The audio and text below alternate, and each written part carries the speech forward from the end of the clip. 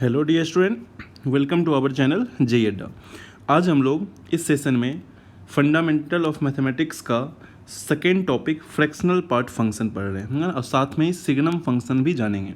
Just इसके previous video में मैंने ग्रेटेस्ट इंटीजर पार्ट पढ़ा था। तो ओवरऑल जो फंडामेंटल ऑफ मैथमेटिक्स है उसका दो काफ़ी important topic greatest integer function that is GIF and fractional part function दोनों कंप्लीट कर लेंगे। आप लोग दोनों वीडियो को अच्छे से देखो, हर एक क्वेश्चन ट्राई करो, फिर आपको आगे कोई प्रॉब्लम नहीं होगी। खासकर जब अपन 12th में लिमिट पढ़ते हैं तो वहाँ पे इसके काफ़ी एप्लीकेशन सामने आते हैं। तो मैं आपको सजेस्ट करूँगा दोनों वीडियो को आप अच्छे से देखें, हर एक क्वेश्चन को अटेम्प्ट करें, आपको अच्छा रिजल्ट दिखेगा, आपसे क्वेश्चन सॉल्व होंगे। तो अगर मैं सबसे पहले डेफिनेशन की बात करूं तो डेफिनेशन क्या होता है इसका। तो अगर आपको ऐसा दिखा y इक्वल्स टू ये y equals two is called fractional part function, fractional part function. सही है, एकदम बेसिक ये वाला चीज़ हो गया इसका। ये अब देखो ये सिंबल है, डैट मीन्स आप ऐसे सोचो कि ये एक सिंबॉलिक फॉर्म में लिखा हुआ है y इक्वल्स टू ये वाला चीज़ है ना, ये सिंबॉलिक फॉर्म में लिखा हुआ है, ये सिंबल होता है फ्रैक्शनल पार्ट का। देखो कोई भी नंबर होता है, कोई भी नंबर है, एक आप सपोज कोई भी नंबर लो, x नंबर लो, है ना, ध्यान से देखना, जो बेसिक डेफिनेशन बता रहा हूँ ध्यान देना, x है। अब इस x में क्या होगा, कुछ इंटीजर पार्ट होगा।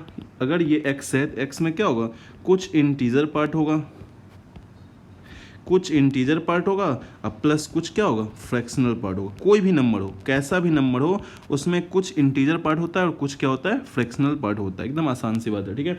तो डैट मीन्स किसी भी नंबर का उसके इंटीग्रल पार्ट से जो डिफरेंस होता है वही कहलाता है उसका फ्रैक्शनल पार्ट। तो आपने इंटीग्रल पार्ट, एक नंबर है x है, इसका इंटीग्रल पार्ट को आपने बॉक्स ऑफ x बोला था। पिछले लेक्चर में मैंने इंटीजर पार्ट यानी बॉक्स ऑफ x पढ़ाया था, और अभी आपने पढ़ा कि फ्रैक्शनल पार्ट का सिंबल ये होता है।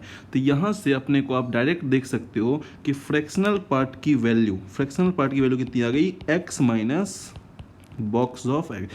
डैट मीन्स यहाँ से अपने को ये पता चला कि जो फ्रैक्शनल पार्ट होता है, फ्रैक्शनल पार्ट ऑफ नंबर, मैं फिर से लिख रहा हूँ, fractional part of number, part of any x, any number, कोई गिवन नंबर है, एक्स क्या है, गिवन नंबर, ठीक है, वो होगा given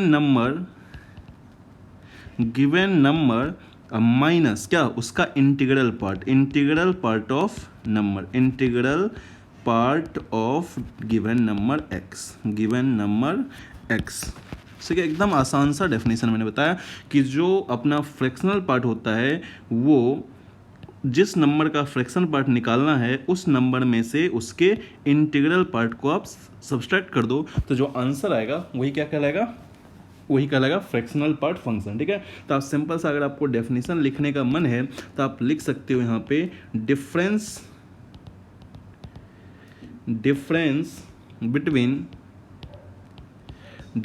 between the number x, जो ऊपर समझाया वही लिख रहा हूँ, number x and it's integral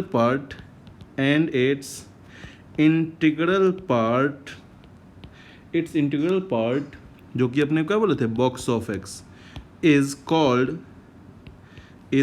fractional part function, is called fractional part of x. सही है, fractional part of x, and it is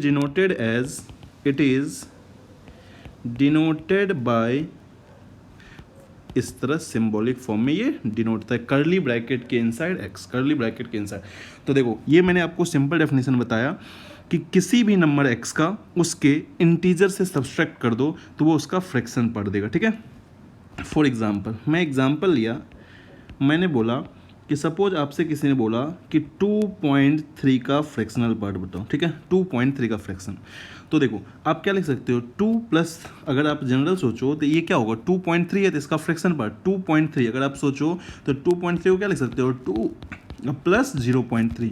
तो 2 क्या है इसका इंटीग्रल पार्ट है और 0.3 इसका क्या है फ्रैक्शनल पार्ट है, फ्रैक्शन है ये। तो डेट में आंसर इसका डायरेक्ट क्या लिखेंगे 2.3। अब इसको फॉर्मूला से करते हैं। अगर मैंने बोला कि फ्रैक्शनल पार्ट 2.3 चाहिए तो आपको x कितना है, यहाँ पे x कितना है 2.3, तो इसको लिखा x माइनस कितना 2.3 का बॉक्स, यानी कितना आ गया 2.3 और 2.3 का बॉक्स कल मैंने समझाया था कितना 2, जस्ट इससे जस्ट छोटी इंटीजर जस्ट लेफ्ट में जाओ तो आंसर कितना आ गया 0.3।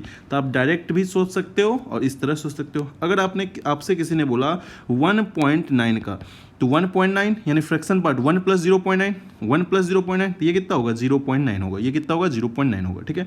अब अगर यूज करें फॉर्मूले का, अगर मैं फॉर्मूले का यूज करूं तो क्या लिखूंगा 1.9, x की वैल्यू है 1.9, इसका मतलब x माइनस इसका इंटीग्रल पार्ट, यानी ये कितना हो जाएगा 1.9 माइनस कितना 1.9 माइनस कितना इसका इंटीग्रल पार्ट कितना 1, यानी आंसर कितना आ गया 0.8। तो आपको जैसे सोचना है वैसे आप सोच सकते हो। थोड़ा और आगे बढ़ते हैं।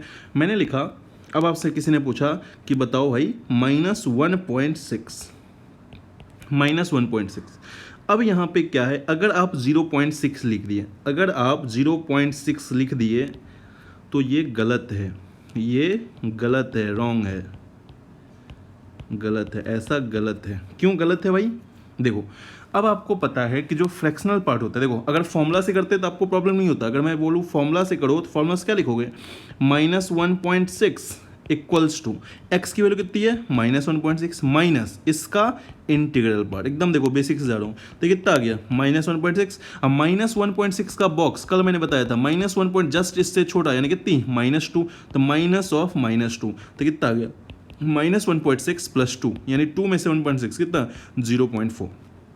ये सही है, बट ये क्या था गलत था, ये क्या था गलत था। अब देखो इसमें गलती क्यों हुई, अगर मैं नॉर्मल सोचूं कि आखिर इसमें जैसे यहाँ पे लिखा था 2.3 तो आंसर हो गया था 0.3, यहाँ लिखा था 1.9 तो आंसर हो गया 0.9, तो यहाँ भाई -1.6 को 0.6 क्यों नहीं लिख सकते। अब सोचो अगर आप 0.6 लिखते हो तो आपको देखो जस्ट ऊपर मैंने क्या बताया था, यहाँ पे आप ध्यान से देखो तो मैंने लिखा था यहाँ पे कि कोई भी नंबर x जो होता है वो उसका integral part plus fraction part होता है, कोई भी नंबर x जो होता है वो integral part plus fraction part होता है। अब यहाँ पे वो रूल लगा के देखो तो गलत हो जाएगा। क्या आप बताओ अगर मैं लिखूँ यहाँ पे तो क्या मैं ऐसा थोड़ा लिख सकता हूँ कि -1.6 को लिख सकता हूँ -1 प्लस 0.6, देखो यही चीज़ ही गलत है, ये लिखना ही गलत है, तो ये आप कर ही नहीं सकते, ऐसा आप कर ही नहीं सकते, ठीक है।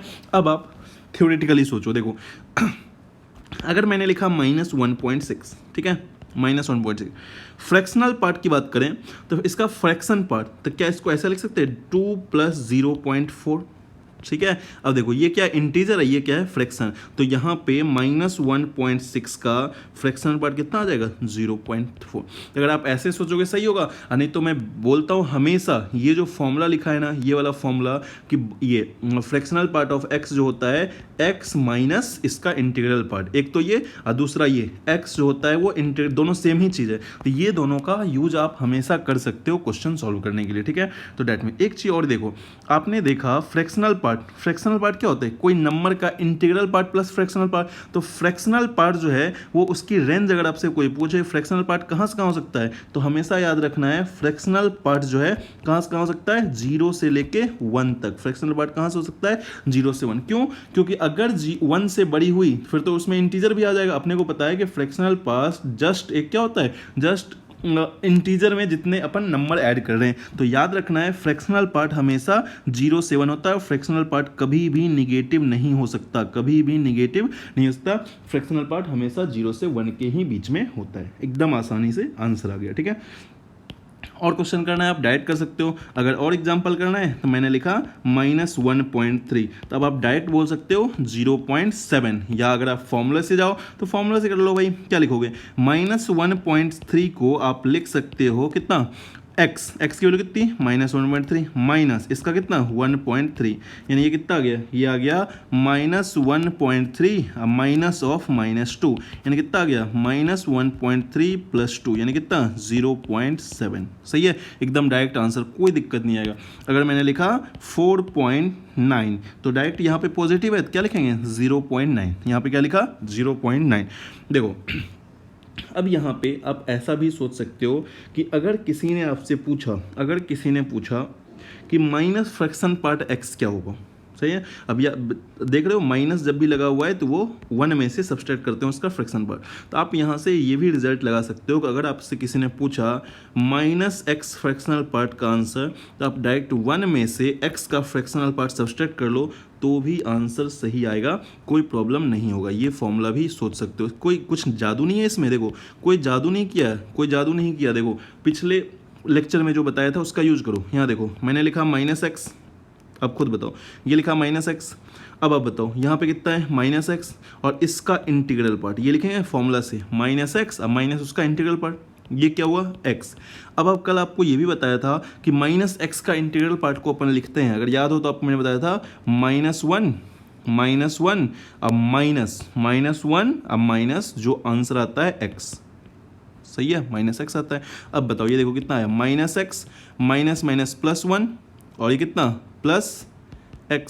ध्यान से देखो एकदम प्रूफ हो जाएगा, है ना। तो ये कितना आ गया देखो, ये देखो अगर यहाँ लिखा 1 अब माइनस कॉमन ले लो तो ये आ गया x माइनस ग्रेटेस्ट इंटीजर, तो 1 माइनस कितना फ्रैक्शनल पार्ट है। तो ये आपका प्रूफ हो गया। कहाँ से ऊपर वाला फॉर्मूला आया था, तो ये मैंने आपको प्रूफ भी कर दिया। ठीक है, सिंपल सा हमेशा याद रखो कि -x है तो 1 माइनस उसका घटा लो, डायरेक्ट आंसर आ जाएगा। एकदम शॉर्टकट है ना, सिंपल सा शॉर्टकट हो गया ये कि आप ऐसा करोगे कोई दिक्कत नहीं है, ऐसा आप लगा सकते हो सॉल्व करने के लिए। ठीक है, कैसे, तो देखो जैसे मान लो आपसे किसी ने पूछा -3.8 का बताओ, तो आप डायरेक्ट क्या करो 1 में से 3.8 का फ्रैक्शन पार्ट घट सब्सट्रैक्ट कर लो, 1 माइनस कितना 0.8, यानी आंसर कितना आ गया 0.2, डायरेक्ट आंसर।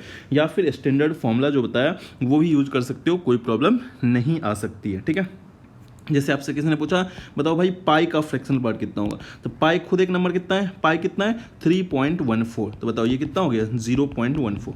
आपसे किसी ने पूछा बताओ 2 का फ्रैक्शनल पार्ट हो गया, तो 2 तो खुद इंटीजर है, 2 क्या है खुद ही इंटीजर है, तो इसमें कोई भी फ्रैक्शनल पार्ट नहीं है, आंसर कितना हो जाएगा 0, इसमें कोई भी फ्रैक्शनल पार्ट नहीं है। तो याद रखना यहाँ से कि जितने भी इंटीजर हैं सबके फ्रैक्शनल पार्ट 0 होंगे, जितने भी इंटीजर होते हैं सबके फ्रैक्शनल पार्ट 0 होते हैं। ठीक है, जितने भी इंटीजर होंगे सबका फ्रैक्शनल पार्ट क्या होगा 0। ठीक है, एकदम बेसिक बातें हैं।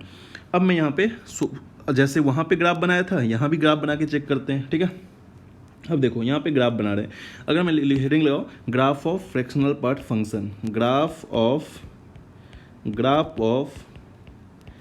Fractional part function, graph of fractional part function, graph of fractional part function, जैसे वहाँ पे ग्राफ बनाया था यहाँ भी अब ग्राफ बनाएंगे। ठीक है, कैसे बनाएंगे देखो, सिंपल सा, जो वहाँ पे जैसे वैल्यू निकाला था पहले यहाँ भी वैल्यू निकालना पड़ेगा। ये मैंने कोऑर्डिनेट एक्सिस बना लिया, ध्यान दो। अब क्या है यहाँ पे एक चीज़ बताना चाहता हूँ आपको, है ना, यहाँ पे देखो अगर मैं बोलूँ, ध्यान देना आप, अगर मैंने बोला x जो है 0 से 1 के बीच में है, ठीक है, तो इसका फ्रैक्शनल पार्ट क्या हो जाएगा एज इट इज हो जाएगा। ये चीज़ देखो, ये फॉर्मूला पहले लिख लिया कि फ्रैक्शनल पार्ट x क्या होता है, x minus box of x होता है। तो x अब माइनस 0.1 का बॉक्स कितना होता है 0, तो ये कितना आ गया x ही आएगा, और ये y है अपना, ये क्या है y है, y इक्वल टू होता है। अगर मैंने बोला x की वैल्यू 1 से 2 है तो y equals to fractional part x कितना हो जाएगा x माइनस 1 से 2 का कितना होता है 1, तो ये आ गया 1। सिमिलरली x अगर 1 2 से 3 है तो y की वैल्यू फ्रैक्शनल पार्ट की वैल्यू कितनी आ जाएगी x माइनस 2 से 3 का फ्रैक्शनल पार्ट कितना 2x माइनस 2, ये कहानी बढ़ती जाएगी। सिमिलरली आप निगेटिव के लिए लोगे तो x की वैल्यू मान लो -1 से मैंने लिया 0, तो y की वैल्यू मतलब फ्रैक्शनल पार्ट की वैल्यू, यहाँ देखो x तो x रहेगा, लेकिन -1 से 0 में फ्रैक्शनल पार्ट कितना होता है, -1 से 0 में फ्रैक्शनल पार्ट की वैल्यू -1 होती है, तो माइनस ऑफ -1, तो कितना आ गया x + 1। तो इस तरह अपन ये रेंज बता दिए। अब इस पर सिमिलरली वहाँ जैसे किया था यहाँ भी नंबर लाइन लिखो, ये 0, ये 1, ये 2, ये 3, ये 4, ये 5, ये 6, और इधर -1, -2, -3, -4। एक चीज़ आपको पता है कि मैंने लिखा था फ्रैक्शनल पार्ट की मैक्सिमम वैल्यू 1 होती है। मैंने आपको ये पहले बता दिया है कि फ्रैक्शनल पार्ट की जो मैक्सिमम वैल्यू होती है 1 होती है। ठीक है, तो यहाँ पे मैं 1 का रेट में फ्रैक्शनल पार्ट की y की वैल्यू 1 है, यानी ये मैक्सिमम 1 तक ही जाएगा, इससे ज़्यादा नहीं जा सकता, है ना। अब देखो ध्यान दो, यहाँ मैंने ऐसा बोला कि भाई देख अगर x 0 से 1 है तो y इक्वल टू एक्स का लाइन ड्रॉ करना है। देखो यहाँ अगर x 0 से 1 है तो किसका लाइन ड्रॉ करना है, y इक्वल्स टू एक्स। तो y इक्वल टू एक्स इस तरह का लाइन होता है, ऑरिजिन से पास करते हो। लेकिन अपने को तो सिर्फ 0 से 1 बनाना है। जो अपन इंटरवल लिए थे क्या लिए थे, 0 से 1, तो ये 0 से 1। लेकिन आपने वहाँ देखा होगा x पे ओपन था, तो यहाँ भी x पे क्या हो जाएगा, ओपन हो जाएगा। ये ऐसे करके और यहाँ पे x पे क्या लगा देंगे, ओपन 1 पे। क्यों, क्योंकि 1 इसमें देखो इंक्लूडेड नहीं है, क्योंकि 1 एक चीज़ और याद रखना, जैसे ही 1 रखोगे तो 1 का फ्रैक्शनल पार्ट कितना होता है, 1 का फ्रैक्शनल पार्ट। अगर आपसे कोई पूछे 1 का फ्रैक्शनल, 1 इंटीजर, अभी आपको बताया था जितने भी इंटीजर होते हैं सबका फ्रैक्शनल पार्ट 0 होती है। ये बेचारा यहाँ आ गया, ये जंप के यहाँ जंप करके यहाँ आ गया, ठीक है। जैसे ही आप 1 से 2 जाओगे तो ग्राफ क्या आएगा, x माइनस 1। तो y इक्वल टू 0 रखोगे x minus 1, y equal to 0 रखोगे x माइनस 1, यानी ये ऐसा वाला लाइन जाएगा, ये लाइन ऐसा जाएगा, ये लाइन ऐसा जाएगा। बट चूंकि अपने को सिर्फ 1 से 2 चाहिए तो आप इसको डार्क करो, इसको डार्क करो और यहाँ पे क्या रखना, ओपन रखना, ठीक है। यहाँ पे आप क्या रखोगे, यहाँ पे ओपन रखोगे। सही है, आसान, एकदम आसान, ठीक है। फिर जैसे ही 2 का कितना हो जाएगा 0, 2 का कितना हो जाएगा 0। फिर अपन आगे बढ़ेंगे 2 से 3, तो x माइनस 2, देखो 2 से 3 में कितना है, x माइनस 2 है। तो ये x माइनस 2 वाला यानी 2 माइनस 2 ग्राफ ऐसा स्लोप 1 के साथ, स्लोप ऐसे भी सोच सकते हो, स्लोप 1 के साथ, और यहाँ पे क्या हो जाएगा, ओपन हो जाएगा। ये प्रोसेस ऐसे ही आगे कंटिन्यू करोगे तो ये ऐसा, सिमिलरली ये ऐसा, और इस तरह कहानी चलता रहेगा। अब देखो -1 से 0 जाओगे तो y equal to x plus 1, यानी x 0 करोगे तो y कितना आएगा 1, पॉजिटिव इंटरसेप्ट अभी भी। तो दैट मीन्स ये यहाँ से यहाँ, बट अभी भी ये ओपन रहेगा। क्यों, क्योंकि 0 पे वैल्यू ये होगा। सिमिलरली ये यहाँ से यहाँ, ये जो आपको ग्राफ दिख रहा है ये ग्राफ है फ्रैक्शनल पार्ट x का ग्राफ। ये जो ग्राफ दिख रहा है फ्रैक्शनल पार्ट x का ग्राफ है, और ये भी हमेशा इंटीजर पे डिसकंटिन्यूअस होता है। और यहाँ पे इसकी वैल्यू अपने को पता है कि कहाँ से कहाँ लाई करता है, 0 से 1 लाई करता है। एकदम आसान सी बात थी। तो दैट मीन्स ये था इसका ग्राफ, है ना। जैसे ग्रेटेस्ट इंटीजर ग्राफ आपको सिखाया था वैसे ही ये फ्रैक्शनल पार्ट का ग्राफ है ना। आई होप आपको समझ में आया होगा। ग्राफ याद रखो, क्वेश्चंस करने में मदद मिलेगी, ठीक है। अदरवाइज मैंने आपको जो बेसिक रिजल्ट सब बताए हैं, एक ये रिजल्ट, फिर एक ये यहाँ पे रिजल्ट बताया, फिर मैंने ऊपर भी रिजल्ट बताया, दो सारे रिजल्ट याद रखो, कहीं भी प्रॉब्लम नहीं आएगा, ठीक है। नेक्स्ट अपन मूव करते हैं, अगला लिख रहा हूँ। जैसे वहाँ लिखा था यहाँ भी लिखो, प्रॉपर्टीज ऑफ, हेडिंग लगाओ, properties of fractional part function, properties of fractional part function, properties of fractional part function, ठीक है। फ्रैक्शनल पार्ट की प्रॉपर्टीज़ क्या होगी, है ना। जैसे वहाँ ग्रेटेस्ट इंटीजर का था, यहाँ भी प्रॉपर्टीज आएगा, ठीक है। तो फर्स्ट प्रॉपर्टी लिख रहा हूँ, है ना। अगर मैं वेरी फर्स्ट प्रॉपर्टी की बात करूँ, जो आपको बताया था कि फ्रैक्शनल पार्ट की वैल्यू 0 होगी अगर x क्या हो, इंटीजर। सही, एकदम सिंपल वे में फ्रैक्शनल पार्ट की वैल्यू हमेशा 0 होगी अगर x इंटीजर हो। सेकेंड, अभी जस्ट लिखाया था, -x की जो होती है, -x की जो वैल्यू होती है वो होती है 1 minus fractional part of x, ठीक है। 1 minus fractional part of x, ठीक है। दैट मीन्स ये अपना काम बन जाएगा, है ना। जैसे मान लो यहाँ अगर लिखो तो -2 का अगर लिखोगे तो -2 का लिखो 1 माइनस कितना, देखो एक गलती होगी यहाँ पे, 1 माइनस, अब -2 का कितना 0 थी तो 1 आ रहा है, जबकि ऐसा तो पॉसिबल नहीं है। तो याद रखना ये जो चीज़ मैंने लिखा है ये भी x अगर इंटीजर नहीं है तब वैलिड है, ठीक है। थर्ड बता रहा हूँ मैं, ध्यान देना, थर्ड बता रहा हूँ कि डैट मीन्स अगर जैसे वहाँ इन ग्रेटेस्ट इंटीजर तो यहाँ भी अगर x प्लस माइनस m है तो ये सिर्फ x होगा अगर m इंटीजर है तो, ठीक है। सिंपल, अगर आपसे किसी ने पूछा 2.3 प्लस 3 का वैल्यू बताओ, तो या तो आप ऐसे बोलोगे ये है 5.3 तो इसका फ्रैक्शन पार्ट होगा 0.3। अब या तो ये 3 इंटीजर है तो इसको डायरेक्ट बाहर फेंक दो, तो कितना बचा 2.3, अभी भी कितना आएगा 0.3, एकदम आसानी से। तो ये कोई बड़ी बात नहीं है, ये आसान सी चीज़ें हैं, ठीक है। फोर्थ, आपको पता है कि अगला प्रॉपर्टी लिख रहा हूँ, फ्रैक्शनल पार्ट की वैल्यू 0 से 1 के मिडिल में होता है, 1 के बीच में होता है, 1 अप्रोच नहीं करता है, ठीक है। सही है। नेक्स्ट आगे बढ़ता हूँ, फिफ्थ प्रॉपर्टी जैसे वहाँ लिखा था ग्रेटेस्ट इंटीजर, यहाँ भी है। अगर मैंने लिखा फ्रैक्शनल पार्ट x अब plus minus fractional part x, इसकी वैल्यू क्या क्या हो सकती है। मैंने लिखा fractional part x plus minus fractional part x, दो पॉसिबिलिटी होगी, अगर x इंटीजर होगी या x इंटीजर नहीं होगी, दो पॉसिबिलिटी है। अगर x इंटीजर है तो ये वाली वैल्यू कितनी, 0, और ये वाली वैल्यू कितनी, 0, तो दोनों का सम कितना, 0। लेकिन अगर x इंटीजर नहीं है, सोचो अगर x इंटीजर नहीं है तो उस केस में ये क्या है, फ्रैक्शनल पार्ट, और ये क्या है, माइनस फ्रैक्शन पार्ट। अभी ऊपर चले जाओ थोड़ा देर पहले, ये बेचारा ऐसे ही रहेगा, और इसका फॉर्मूला आपको बताया था 1 माइनस एक्स, तो ये वैल्यू कितनी आ जाएगी, 1, तो ये कितना आ गया, 1। ठीक है, तो ये वाली जो प्रॉपर्टी है ये बहुत इंपॉर्टेंट है याद रखने के लिए। ठीक है, तो और जैसे अगर बॉक्स में याद होगा तो मैंने लिखा था बॉक्स ऑफ एक्स अब प्लस माइनस बॉक्स ऑफ, इसकी वैल्यू लिखा था 0 अगर x इंटीजर हो और -1 अगर x इंटीजर नहीं हो, बट यहाँ क्या है, 0 और 1। ठीक है, तो ये दोनों प्रॉपर्टीज़ काफ़ी इंपॉर्टेंट होते हैं क्वेश्चन सॉल्व करने के लिए। ठीक है, तो आपको इतनी सारी प्रॉपर्टी याद रखनी है। ठीक है, चलो तो ये कहानी हो गया। एक सिंपल सी बात पूछता हूँ, जैसे मान लो कहीं लिखा हुआ है fractional part of box of x, ये क्या होगा अगर आपसे पूछा जाए fractional part of box of x. देखो ये हमेशा क्या होता है, इंटीजर, आपको पता है इंटीजर का फ्रैक्शनल पार्ट कितना होता है, 0, एकदम बेसिक सा आइडिया है, कोई दिक्कत ही नहीं है। लेकिन अगर आपको ये पूछा जाए कि बता भाई बॉक्स ऑफ फ्रैक्शनल पार्ट, तो ये देखो अब अपने को पता है बॉक्स ऑफ फ्रैक्शनल पार्ट ये जो होता है हमेशा लेस देन 1 होता है, मतलब 0 से 1 होता है, ये जो है वो 0 से 1 होता है, मतलब जो फ्रैक्शनल पार्ट है। तो 0 से 1 का इंटीजर कितना होता है, 0 से 1 का इंटीजर 0 होता है। तो दोनों केस में एक के अंदर दूसरा रख दिया, दोनों केस में वैल्यू 0 ही आएगी, कोई दिक्कत इसमें नहीं आता है। तो ये आसान सा प्रॉब्लम था सॉल्व करने के लिए, है ना। तो ऐसे क्वेश्चंस आप सॉल्व कर सकते हो, कोई प्रॉब्लम आपको नहीं आने वाली है। सही है, चलो नेक्स्ट क्वेश्चन सॉल्व कर सकते हो आप। अगर आपको लग रहा है अगला क्वेश्चन, एक क्वेश्चन लेते हैं अपन सॉल्व करने के लिए। देखो जैसे मैंने लिया क्वेश्चन लिखा सॉल्व, चलो मैं लिखा क्वेश्चन लिखा solve 4 into fractional part x equals to x plus box of x। इसको सॉल्व करना है, यानी आपको x की वैल्यू बतानी है। आपको क्या करनी है, x की वैल्यू बतानी है। देखो यहाँ पे फ्रैक्शनल पार्ट भी है, ग्रेटेस्ट इंटीजर भी है, तो आप क्या करो, हर किसी जितने भी x रहेंगे, कॉन्सेप्ट क्या है, देखो कॉन्सेप्ट सॉल्व करने का कॉन्सेप्ट क्या है, कॉन्सेप्ट ये है कि आप जहाँ जहाँ इसमें एक फॉर्मूला पता है कि जो x होता है वो fractional part x plus greatest integer होता है। ठीक है, सही है, अब यूज़ करो।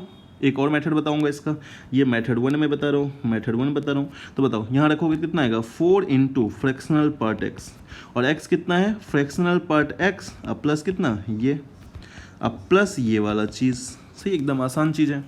अब आप ध्यान से देखना, जो बताने जा रहा हूँ ध्यान से देखना। क्या अगर इस फ्रैक्शनल पार्ट को इधर लाओगे कितना आएगा, 3 इंटू फ्रैक्शनल पार्ट x, ये कितना हो गया, 2 इंटू बॉक्स ऑफ x। ठीक है, यहाँ से अपने को पता चल गया फ्रैक्शनल पार्ट की वैल्यू है 2/3 इंटू बॉक्स ऑफ एक्स। सही है, और चूंकि अपने को पता है कि फ्रैक्शनल पार्ट कहाँ से, जो देखो जो बेसिक आइडिया है ना, बस वो इतना ही यूज़ कर रहे हैं और कुछ भी यूज़ नहीं कर रहे हैं। अब ये आ गया 2/3 into box of x lies between 0 to 1। तो डैट मीन्स क्या मैं लिख सकता हूँ कि फ्रैक्शन बॉक्स ऑफ एक्स की वैल्यू कहाँ से कहाँ लाया करेगा, 0 से लेके कहाँ तक, 3/2। ध्यान से देखो ये 3/2। अब आप बताओ, यहीं पे मैं सॉल्व कर रहा हूँ, यहीं पे मैं लिख रहा हूँ ताकि आपको समझने में ईजी हो। ठीक है, अब आप देखो, अगर मैं यहाँ यूज करूँ, लिखूँ कि ग्रेटेस्ट इंटीजर की वैल्यू 0 से 3 है, तो ग्रेटेस्ट इंटीजर की वैल्यू क्या क्या हो सकती है। अगर बॉक्स ऑफ एक्स की वैल्यू 0 से 3 के है तो क्या क्या हो सकता है, या तो 0 होगा या कितना होगा, 1 होगा, और कुछ भी पॉसिबल नहीं है। 3/2 से जस्ट छोटा बॉक्स की वैल्यू या तो 0 हो गई या 1 होगी। और यहाँ से आप देखो, इसको मान लो इक्वेशन 1। ठीक है, तो आप यहाँ से अगर फ्रैक्शनल पार्ट की वैल्यू निकालोगे तो 0 जब रखोगे तो वैल्यू 0 आ रही है, और जब 1 रखोगे तो ये बेचारा आ रहा है 2/3। चूँकि अपने को पता है x क्या होता है, x होता है इंटीग्रल पार्ट प्लस, ये फॉर्मूला बहुत यूज आता है। नाउ ये कितना आ गया, देखो जब आप फर्स्ट वाला लोगे तो 0 + 0 कितना आ गया, 0 ही आएगा। सही है, या फिर आप लो 1 + 2/3, तो आंसर कितना आ गया, 3 + 5/3। तो ये दोनों अपना x की वैल्यू आंसर हो गया, यही दोनों 0 और 5/2, 5/3 क्या हो गया, आंसर हो गया सिंपल क्वेश्चन सॉल्व करने के लिए। सही है, बहुत आसान सा चीज़ था। तो इस तरह के आप क्वेश्चन सॉल्व कर सकते हो, कोई प्रॉब्लम नहीं आ रही है। सही है, और क्वेश्चन सॉल्व करना एक और कर लेता हूँ आपके लिए। तो चलो नेक्स्ट क्वेश्चन लिखता हूँ मैं, अगला क्वेश्चन लिख रहा हूँ, नेक्स्ट क्वेश्चन लिख रहा हूँ यहाँ, सॉल्व 4x, और एक इक्वेशन दे रखा है 2 into box of x plus 3x equals to 4 - 5 times fractional x। ठीक है, इसको सॉल्व करना है। देखो सेम टाइप का इक्वेशन है, तो मैंने क्या बोला, देखो इसमें ना जो मेथड 2 बोलने वाला था, तो आप मेथड 2 में क्या करना, अगर मेथड 2 आपको सॉल्व करना है तो मेथड 2 में क्या करो कि x को रख दो i प्लस एफ, सही है, x को रख दो i प्लस एफ और सॉल्व कर लो, है ना, सही है। i प्लस एफ रखोगे तो ये f बना देगा, तो ये इक्वेशन क्या हो जाएगा 4f इक्वल्स टू कितना i प्लस एफ, i ये सिर्फ i होगा, तो यहाँ से f निकाल के फिर सॉल्व कर लो, ठीक है, बात तो बराबर है। अब देखो यहाँ पे ये क्वेश्चन की बात करते हैं, इस क्वेश्चन को सॉल्व करते हैं। सिंपल कहानी, अभी भी वही काम करेंगे। मैंने लिखा put x equals to box of x plus fractional part, एकदम यही कॉन्सेप्ट है, ये मंत्र है आपका, है ना। सॉल्व करो तो ये आ गया 2 into greatest integer x plus 3 into greatest integer x plus fractional part x, 4 minus 5 into fractional part x, एकदम आसान से सॉल्व करेंगे। देखो यहाँ ये आ गया 2 into box of x, 3 into box of x, 3 into fractional part x, 4 minus 5 times fractional part x। ध्यान दो, ये देखो 2 box of 3 box of x कितना हो गया 5 बॉक्स ऑफ x, सही है, इक्वल्स टू, अच्छा एक अच्छी बात, एक चीज़ और यहाँ मिल रहा है, देखो 2 प्लस 3 5 है ना, ये कितना हो गया 2 प्लस 3 5, तो इसको लिखा 5 इंटू बॉक्स ऑफ x, ठीक है, और ये -4 इधर ले गया, और यहाँ देखो 3 फ्रैक्शनल पार्ट उधर गया, तो ये आ गया -8 इंटू फ्रैक्शनल पार्ट x, ठीक है, एकदम आसान है। अब आप देखो फ्रैक्शनल पार्ट x की वैल्यू क्या होगी, फ्रैक्शनल पार्ट x की वैल्यू होगी 4 minus 5 into box of x divided by 8, सही है, जो आपको बताया हूँ वही यूज़ करना है। मैंने क्या किया, फ्रैक्शनल पार्ट की वैल्यू निकाल लिया, और अपने को पता है कि चूंकि फ्रैक्शनल पार्ट x कहाँ से कहाँ लाई करता है, 0 से 1 लाई करता है, बेझिझक अप्लाई करवाओ तो कितना आएगा बताओ, ये आएगा 4 minus 5 into box of x divided by 8 lies between 0 से 1। थोड़ा सॉल्व करो आप क्रॉस मल्टीप्लाई करके, तो ये आ गया 4 minus 5 into box of x, है ना, ये 8 और ये कितना 0, सब्सट्रैक्ट करो 4, सब्सट्रैक्ट करो 4, तो ये आ गया -4, ये आ गया -5 इंटू बॉक्स, और ये आ गया 4, माइनस कॉमन ले लो, माइनस कॉमन लोगे तो यहाँ से मुझे दिख रहा है कि फ्रैक्शनल पार्ट की वैल्यू जो आ रही है वो -4/5 से बड़ी आ रही है, -4/5 से बड़ी आ रही है, ठीक है, और कहाँ तक जा रही है, तो ये 4/5 तक जा रही है, ठीक है, 4/5 तक इक्वेट हो रही है। अब बताओ अगर बॉक्स ऑफ x की वैल्यू -4/5 से बड़ी है तो बॉक्स ऑफ x की वैल्यू क्या क्या हो सकती है, यानी ये सिर्फ और सिर्फ आई थिंक 0 हो सकता है। देखो ना नंबर लाइन बनाओ, यहाँ है -4/5, यहाँ है 0, यहाँ है 4/5, ये लेस देन 1 है, 1 से छोटा इंटीजर 0, और ये -4 तो -1 इधर होगा, तो सिर्फ और सिर्फ इंटीजर 0 आ रहे हैं। अब इक्वेशन 1 जिसको माना था फ्रॉम 1, वहाँ से आप निकालो फ्रैक्शनल पार्ट, तो बताओ फ्रैक्शनल पार्ट भाई कितना आएगा, देखो जैसे ही 0 रखोगे तो ये 4/8, यानी ये आ गया 4/8, इसका मतलब 1/2। अब बताओ x क्या होता है, x होता है greatest integer x plus fractional part x, यानी कितना आ गया 0 प्लस 1/2, आंसर कितना आ गया 1/2। तो इसके सिर्फ एक सॉल्यूशन आ गया, तो आपको क्वेश्चन ये बोल सकता है find the number of solution, तो आप नंबर ऑफ सॉल्यूशन कितना बोलोगे, नंबर ऑफ सॉल्यूशन बोलोगे 1, एक ही नंबर ऑफ सॉल्यूशन यहाँ पे आंसर आ रहे हैं, ठीक है। तो ऐसे क्वेश्चंस आप याद रखो, मतलब कॉन्सेप्ट याद रखो, तो आपको कोई प्रॉब्लम नहीं आएगा। नेक्स्ट हेडिंग अपन लगाते हैं fractional part function, sorry signum function, अगला अपना क्या है signum function, note Singham, it's signum, signum function, signum function, ठीक है, सिग्नम फंक्शन। अगर इसको डिफाइन करो तो ये ऐसा कुछ होता है, y इक्वल्स टू SGNX, सही है, SGNX is called signum function, एकदम आसान सी बात, y equal to SGNX is called signum function. Definition कैसे है, देखो ध्यान दो, मैंने लिखा सिग्नम x, ध्यान दो डेफिनेशन लिख रहा हूँ ये, ठीक है, तो यहाँ पे मैं डेफिनेशन लिख रहा हूँ। तो सिग्नम x जो डिफाइन करते हैं अपन कुछ ऐसे करते हैं, इसकी वैल्यू सिग्नम x की वैल्यू 1 होगी, ध्यान दो, अगर जो डोमेन है वो पॉजिटिव है, सिग्नम x की वैल्यू 0 होगी अगर डोमेन 0 है, जो प्रोवाइड करते हैं वैल्यू 0 है, इसकी वैल्यू -1 होगी अगर x निगेटिव है। तो ये है इसका डेफिनेशन, ठीक है, इसका सिंपल सा डेफिनेशन है। अगर आप ग्राफ देखो इसका, तो बेसिक वे में एकदम आसानी से ग्राफ भी बना सकते हो, कोई दिक्कत नहीं आएगा। देखो जीरो पे वैल्यू जीरो है, यहाँ पे आएगा जीरो, तो जीरो पे वैल्यू कितनी है भाई, जीरो है, सही है। एक्स ग्रेटर देन जीरो, यानी जीरो से बड़ी मतलब राइट साइड, इस पे वैल्यू कितना हो रहा है, वन, इस पे वैल्यू हो रहा है वन, इस पे वैल्यू हो रहा है वन, ठीक है। तो मैंने क्या किया, यहाँ पे अगर यहाँ पे बात करें तो यहाँ पे उसने बोला कि जीरो से बड़ी पे वन हो रहा है, बट जीरो पे क्लोज है, वन पे ओपन है, तो ये वैल्यू ऐसे वन हमेशा होते रहेगी, ठीक है। और निगेटिव में वैल्यू माइनस वन है, तो ये वैल्यू ऐसे यहाँ पे होगा, ठीक है। और यहाँ भी क्या लेगा, ओपन, तो ये अपना वन हमेशा देगा और ये अपना माइनस वन देगा, ये एक्स एक्सिस और ये वाई एक्सिस। तो ये है सिग्नम एक्स का ग्राफ। एक्स पॉजिटिव के लिए वैल्यू हमेशा वन, एक्स नेगेटिव के लिए वैल्यू हमेशा माइनस वन, कुछ भी हो। अगर आपसे कोई बोले कि भाई बताओ सिग्नम ऑफ -2 की वैल्यू कितनी होगी, तो आप बेझिझक -1 बोलोगे। अगर किसी ने बोला सिग्नम ऑफ ई की वैल्यू कितनी होगी, तो ई 1 से बड़ी है तो वैल्यू 1 होगी। अगर आपसे पूछा signum of e to the power 0 कितना होगा, तो ऑब्वियसली ये 1 है तो भी 1 होगा। अगर आपसे किसी ने पूछा सिग्नम ऑफ पाई कितना होगा, तो भी 1 होगा। अगर आपसे किसी ने पूछा सिग्नम ऑफ -e कितना होगा, तो भी -1 होगा, क्योंकि ये निगेटिव आ गया।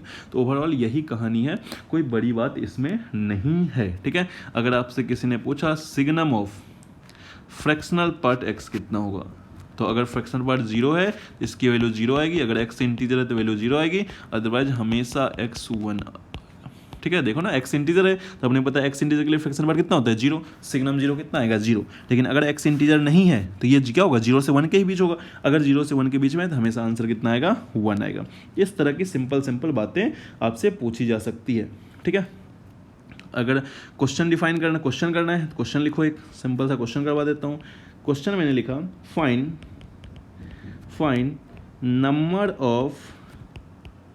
Number of integers for which signum of x square minus 2x minus 8 equals to -1। ये अपना क्वेश्चन है, सही है। आसान सा क्वेश्चन दिख रहा है, हाँ, मतलब सिग्नम देख के अपन डर जाएंगे, बट दिख रहा है आसान सा ही, कोई ज़्यादा लेंदी इसमें कुछ भी नहीं है, ठीक है। देखो कहानी कुछ ऐसा है कि signum of x square -2x - 8 की वैल्यू कितनी है, -1 है। तो अगर सिग्नम की वैल्यू -1 कब आती थी, जब जो डोमेन होता था x वो निगेटिव होता था। इसका मतलब एक्स स्क्वायर -2x - 8 क्या होना चाहिए, निगेटिव, सही है। सॉल्व करो, फैक्टराइजेशन करो, तो कितना आएगा, x - 8 x - 4 इंटू x + 2, ये <0। तो अब वेवी कर्व बना लो, ये आ गया -2, ये आ गया 4, यहाँ लिखा प्लस माइनस प्लस, अपने को चाहिए निगेटिव और ओपन होगा, तो x की वैल्यू कहाँ से कहाँ आ गई भाई, x की वैल्यू आ गई -2 से 4। बट क्वेश्चन में पूछा है नंबर ऑफ इंटीजर, तो बताओ नंबर इंटीजर कितना होगा, -1 0 1 और 2 और 3, तो टोटल 5 आंसर होंगे। टोटल आंसर कितने होंगे, 5, सही है। तो ऐसे क्वेश्चंस आपको दिख सकता है सॉल्व करने में, है ना, कोई ज़्यादा टफ क्वेश्चंस नहीं आते। तो आप इस तरह सब कुछ सॉल्व कर सकते हो। ग्रेटेस्ट इंटीजर फ्रैक्शन पार्ट पिछले लेक्चर में आप जरूर, जिसने अगर प्रीवियस लेक्चर आपने नहीं देखा है तो आप सबसे पहले जाके ग्रेटेस्ट इंटीजर देखो, फिर फ्रैक्शन पार्ट देखो, तो आपको समझ में आएगा, ठीक है। इसमें फ्रैक्शन पार्ट भी कवर कर दिया और सिग्नम भी खत्म कर दिया, और इससे पहले मैंने ग्रेटेस्ट इंटीजर खत्म कर दिया है। तो दैट मीन्स जो अपन फंडामेंटल ऑफ मैथमेटिक्स का जो इंपॉर्टेंट, जो अपन बोलते हैं ना बच्चे इसमें फंसते हैं, वो टॉपिक मैंने पूरे कवर अप कर दिए हैं, वो कंप्लीट कर दिए हैं। तो ये आपका एक प्लस पॉइंट है, ये हो गया। नेक्स्ट टॉपिक बहुत जल्द आने वाला है, तो आप सब्सक्राइब कर लो और इस पर बने रहो, ठीक है।